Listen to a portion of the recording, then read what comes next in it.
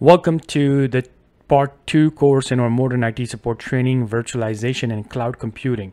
Now, virtualization, I hope that you went through this video and you learned the basics of what is virtualization. And then you have done the premium lab where you have to create a full virtual machine using a step-by-step guide. But we are going to do another project just so we can cover some of the talks and the things behind why you need to learn about virtualizations for IT support jobs. For example, in this description, you have learned about DNS, DHCP before this video, and in part 1, you also learned about Active Directory a little bit.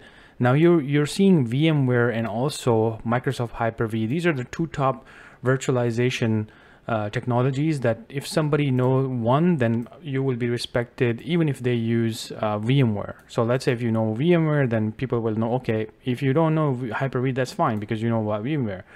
Now the reason they are asking for this because most of the companies now are using virtualization and cloud technologies. So if you know about virtualizations, you will already know a lot how IT works. So even though most of the companies, they will even put something like this, helpful but not required.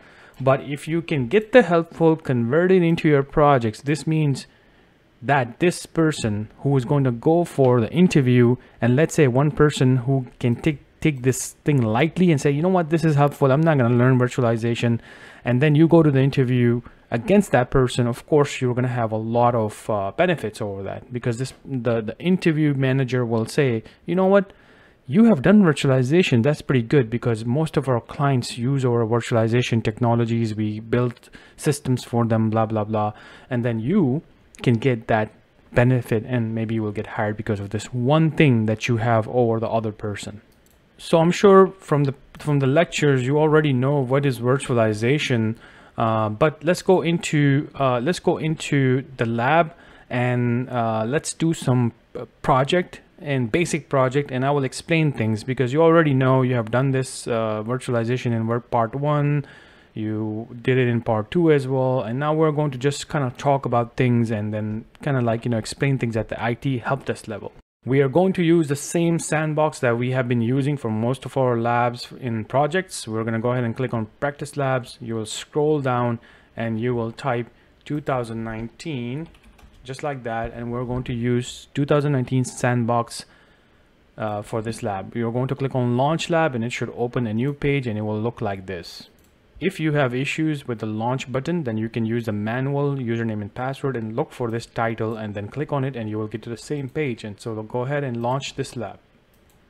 So as you can see, we have a lab topology. As you know, Sandbox does not come with any support. This type of learning that you're looking at and you're going to practice, if you follow this video 100%, then you will have no issues. But unfortunately, there will be no support provided by Practice Lab from this and also from Job Skills Share. When you click on this support, both will not provide any support when it comes to sandboxes. So you must follow the video 100% to make sure everything is good to go if you want to follow this project step by step. Now, in this lab, the virtualization, let's talk about it. Let's just kind of, explain this, like what is virtualization now. So most likely, all of these lab systems that you're seeing right now is virtualized. What do I mean by this? The meaning of this is very simple. I'm going to open this little drawing and I'm going to show to explain this to you. So let's say, for example, we are in the company. This is a company and this is a big building. And basically this is a server room. In the server room, a lot of time back in the days, we would buy a full big hardware, and those we call this servers, right? So let's say this is a server. It's very expensive, let's say, and this server, if I wanted to, let's say, run an application, I would install application on this server. So the whole hardware is dedicated to that application. And let's say this is a room where there's a computer through internet connection, through wiring. Let's say this server is giving some sort of service where, let's say, file storage. So this laptop in this room, we can access that files from this server. So through the network, people will come here, open the laptop, and then they will access this file services from this server. So you see, a file server is basically taking up a lot of space and hardware, electricity, hardware stuff. So the smart thing that what happened in virtualization is that somebody came with this really cool technology where you still buy the server again, but you don't have to run one specific application or dedicate the whole server to one service. So you can have one server and you can install multiple operating system on it. So before we used to have one operating system running on a one server, so you would need another one for the second one. So you can see your room will fill up very quickly with powerful devices, big devices, which a lot of electricity is being used. So that's one operating system, only 3 operating system, and you were using pretty big hardware for that. So what they have done now, people will buy a powerful hardware one time, just big hardware like this now in virtualization, and you can run multiple operating system like a software version of it. So you see, you have the same service can be provided from the file services can be provided from this one operating system. Another operating system can provide another service, and even now things are even more advanced, but I'm not going to go into that. I just want to give you a very basic knowledge of virtualization. So now you don't need to buy 3 different hardware. You can buy one big hardware and put multiple operating systems as a virtual software. Like you just install that operating systems on top of this hardware. You can put as much as you can as long as you have the capability. So in support, why would you need to know about this stuff? This is not something that a support professional will be implementing for a company. I mean, it's not something just like DNS, DHCP. You learn that a system administrator will do this. Just like that, as support professionals do not implement a whole virtualizations where they have to buy a server, configure things, and manage things. This is a systems administrator or systems engineer job. But once they finish everything, they will give you the repetitive work or the management work or something that doesn't require too much troubleshooting or knowledge in virtualization. They will give you that part, and that's why they put in descriptions so that you can at least know at least the basics, just like Active Directory, DHCP, DNS, basic management, troubleshooting. If somebody needs to know extensive level, that would be sysadmins. If you are being told to do repetitive work or basic work, then that will be IT support. So just like virtualization, a administrator will implement virtualization on a system, and then they will do everything in the virtualization, and then they will give you that. So in your lab, which lab can we use for virtualization purpose? In this, we are going to use PLAB SA01, and we're going to turn on this server, and we will basically implement our virtualization solution on this. And I will explain where will you need to know a lot of things as a virtual support person, and then basic things can happen. And in some companies, you will never touch this. So we are in PLAB SA01. So let's click on PLAB SA01, which is a standalone server. And right now, assume that this server is a part of a data center, and somebody bought a hardware and installed server operating system. So we can directly get into an operating system by using that hardware. But because it has a lot of RAM, a lot of space, we would like to virtualize some of the things to make a benefit of this. So in this lab, we only have one technology, which is called Hyper-V, which is a Microsoft technology. If you click on Start, and you basically click on administrative tools right here, you can see Hyper-V Manager is already installed on this server. This is a technology that we are getting, access right now by using Hyper-V Manager. So basically what this represents is it's telling us that because of this application and this technology being enabled on this server, you can install multiple operating systems inside this server. And then you can use the memory, the storage that it provides to create whatever you want to create. So for example, I would like to create an operating system for a vendor that is going to do a work in our company. The scenario is that let's say a systems administrator is sick one day and they say, hey, can you install a virtual machine for Stacy because she's coming tomorrow for a temporary work in our company, but she needs an access to a computer Now you're going to be like, why can't I just give the computer like a hardware laptop? I'll just give it to Stacy. Yes, that's also possible.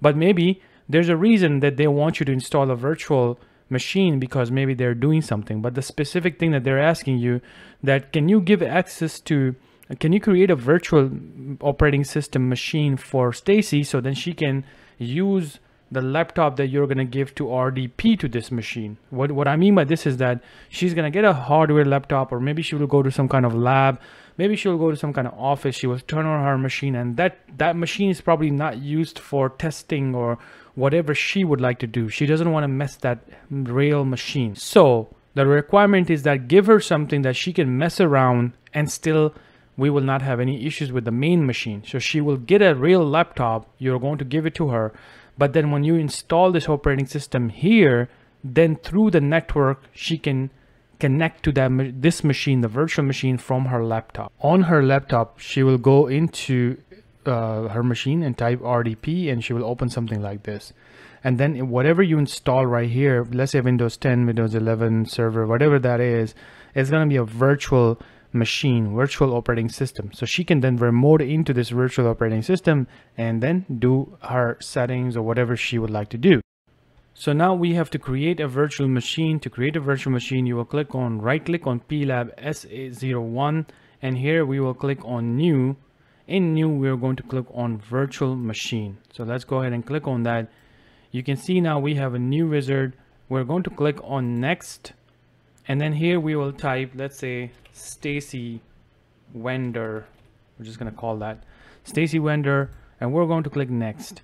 Generation 1, generation 2 is basically, if you get into virtualization and you want to learn more about it, then this will be beneficial. For now, you can just type select generation 1 and click next.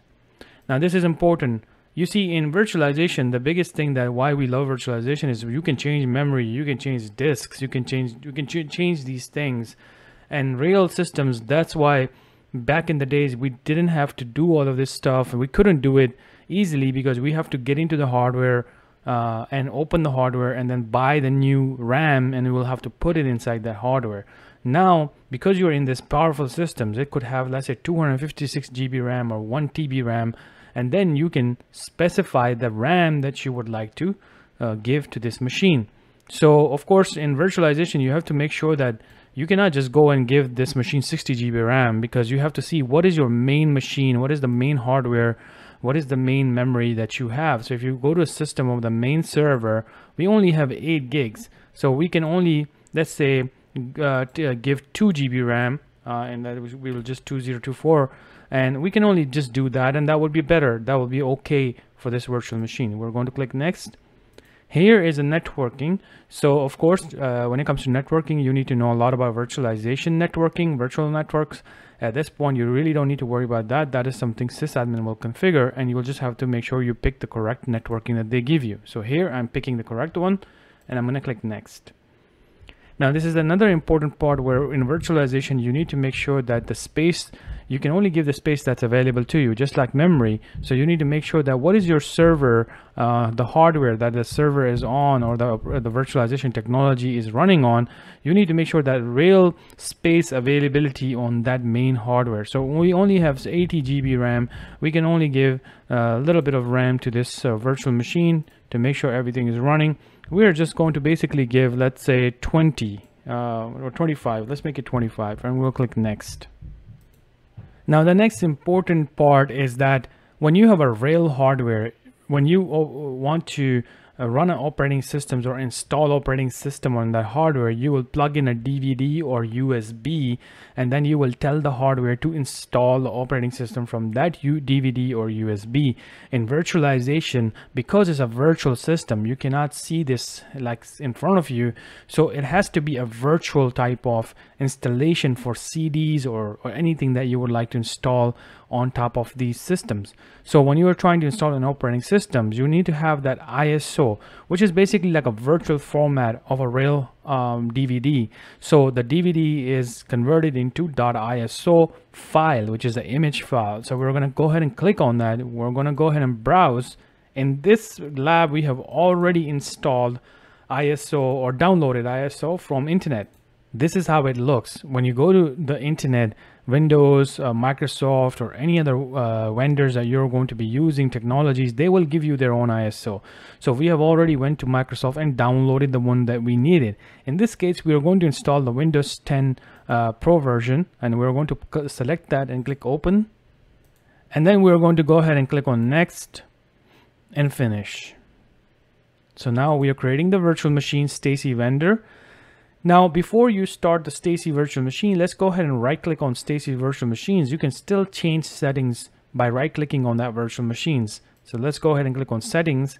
Here you see that I can go ahead and change the memory, processors, change the CD again, a lot of different things. So we're going to go to the processor and let's make sure we make it 2 to make it a little faster. We're going to apply and OK. So now this is where the virtualization fun will start. This is like a real laptop, desktop. Think about it. It's like an operating system right in front of you. You're going to install the whole operating system virtually. So in reality, in real world or real hands-on, when you're trying to install an operating system, you would have that equipment in front of you. Consider this to be let's say a laptop. So what we have to do in laptop, you basically click on power button. In virtualization environment, you right click and you just click on start. So that is going to basically start the virtual machine. You can see it's running, CPU usage, so you can see things in front of you. And you can right click and connect to it and see what is going on inside that virtual machine. So right now, when we started this virtual machine, it basically went out and it says it's looking for that command. We told this virtual machine to start this operating system from the CD. So this went ahead and basically started the whole operating system from the CD. And it's going to let us know that, well, you have all this space and memory and everything, but you have not installed operating system, and you said that you want to run this application.iso from start. So there you go. This is a setup coming from that ISO. So we're going to go ahead and install the operating system. Now this is exactly the same thing you will see if you have a laptop in front of you. You put a DVD and you install the DVD, run the setup from the DVD. You're going to see the same thing. Now this is basically you're learning the skills of operating system. So let's go ahead and click on next, click install now. And here we are going to just pick the Windows 10 Pro and we are going to click next. We will accept the agreement and next. Because we're installing a brand new Windows operating system, you're going to click on custom. Now remember, you have chosen this amount of space in virtual environment. So here we're going to pick that space and we're going to click next. And now the automatic installation starts. Everything will be finished up and then we will have operating system running inside our virtual environment in this Hyper-V technology.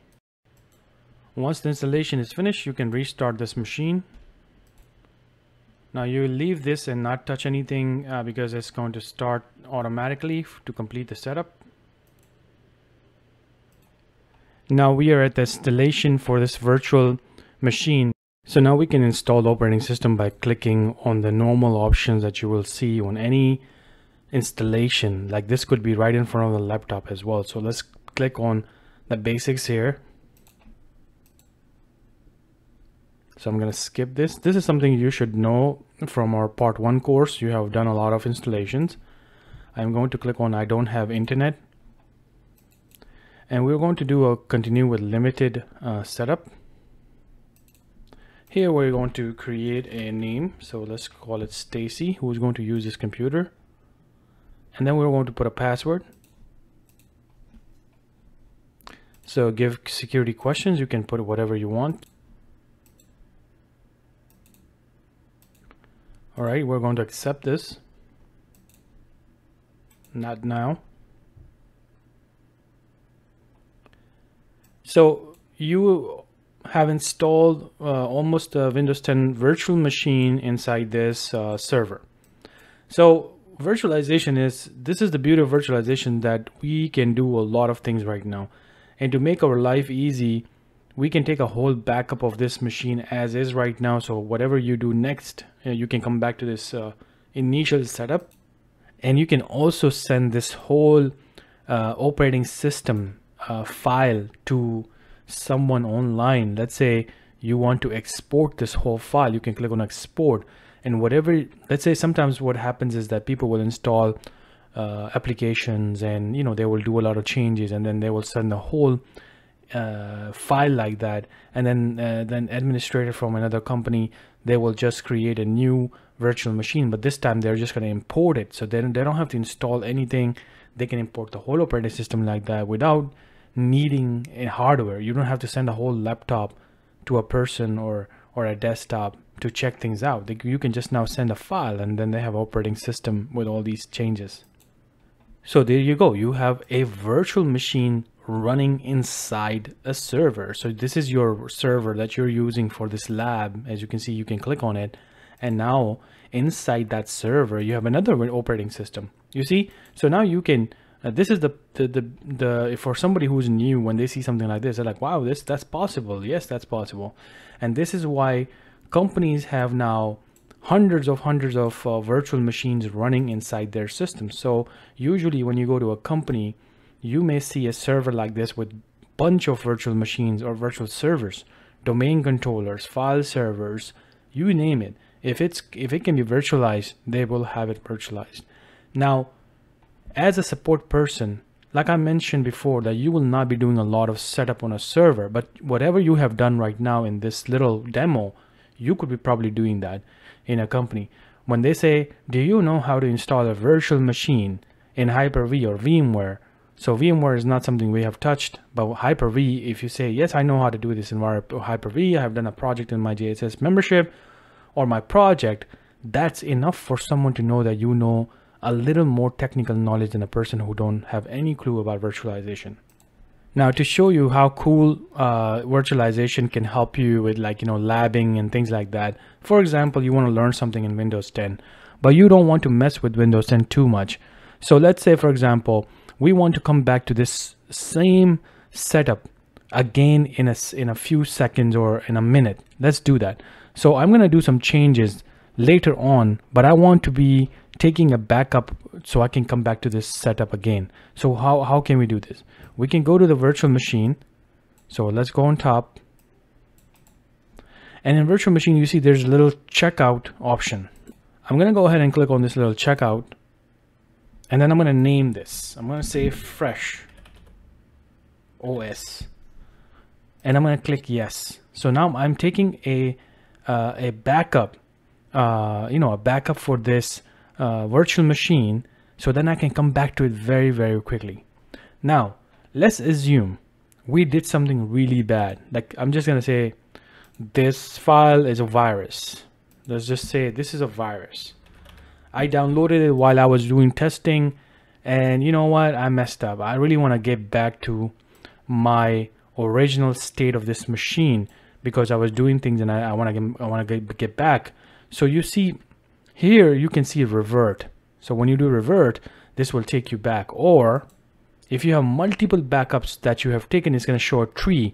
So you can right click on it and you can say apply, and this will go back to that setting again. So I'm going to click on apply, and I'm going to say, let's go ahead and apply this. And let's see what happens. I created that virus. Remember, I downloaded it. Let's assume that. And what will happen, the virtual machine will stop running, and we're going to go ahead and start it again.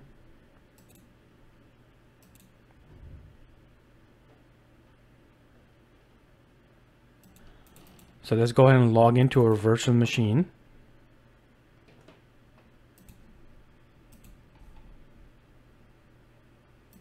Now there you go. We are back at the original settings that we have left it because we took a checkpoint. In other virtualization, they call it snapshot and things like that. So this is the power of virtualization. You can see how quickly you were able to recover a machine in virtualization. Imagine if this was a hardware and you downloaded the virus, you would have a hard time because if, let's say, a virus have messed up your operating system, you would need a physical backup, and then of course you need to take that time, and it will take another 30-40 minutes to recover everything or recover the whole backup. Things like that takes super time, and here it's super easy for you to just go back to the current state of a virtual machine because of this whole technology. So this is the power of virtualization. Now in the companies, virtualization these days is a must when it comes to servers or systems administrators doing their job. They're going to have many servers right here, and servers can have problems. So that's why they take backups. There's replication going on for the servers. So sometimes maybe it's a very large company and they have multiple hardware running thousands of virtual machines. So if one hardware is having an issue, so what will happen, automatically all of these virtual machines will move to another hardware. You won't even notice it, and you will get an alert that we have a hardware problem. That's something that was not available before back in the days. When the hardware would go down, any critical servers or things like that, anything that on that server will go down, and companies will be down for days, or a lot of problems will arise with that. But now with advanced systems like virtualization, replications, if one hardware goes down, all these virtual machines will jump to a good hardware while you fix the one that is bad. So after this, I would like you to just check around, play around with these different services. I'm sure things can get very advanced with virtualization, so don't really stress too much. Like I said, if you get a job in a company, you may be just installing virtual machine, or maybe you will be doing restarting a virtual machine, turning it off, shutting it down, resetting it, or maybe you will be sending a virtual machines to some sort of clients. At this point, if you got the concept of what is a virtual machine, and at a basic level, why would you need to give an answer, or why do you see this in a description, then I think you have done the virtualization. You really don't need to move too much into virtualization after this, unless you really want to play around over here. But with this, let's move on to its next project, which is going to be on cloud virtualization. And of course, we will explain that. What does that even mean? Thank you.